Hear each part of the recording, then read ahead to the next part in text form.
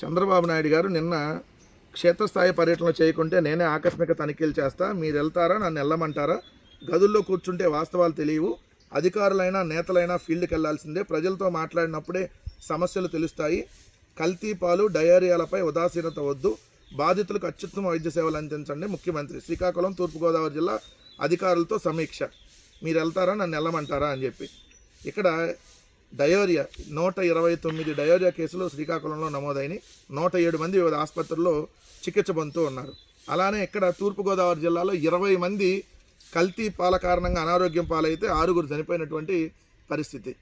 ఇప్పుడు ఏదైతే అదంటే చేతులు గాలేక ఆకులు పట్టుకుంటున్న సామెతగా ఇప్పుడు మీరు వెళ్తారా, నన్ను వెళ్ళమంటారా అంటున్నారు. ఈరోజు రాష్ట్రంలో చూస్తే కలుషిత నీరు, ఏదైతే కల్తీ పాలు, ఎక్కడికక్కడ ఈరోజు ప్రాణాలు కోల్పోతున్నటువంటి పరిస్థితి. ఎలికల కొరికి పసికందులు చనిపోతారు, అయినా ప్రభుత్వానికి పట్టదు, నిమ్మకు నీరెత్తినట్టు ఉంటుంది.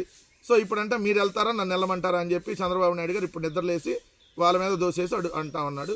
ఆయన తప్పులన్నీ వేరే వాళ్ళ మీద నెట్టం ఆయనకి ఎటు అలవాటే కాబట్టి అదే ఇప్పుడు కూడా మరోసారి జరుగుతూ ఉంది.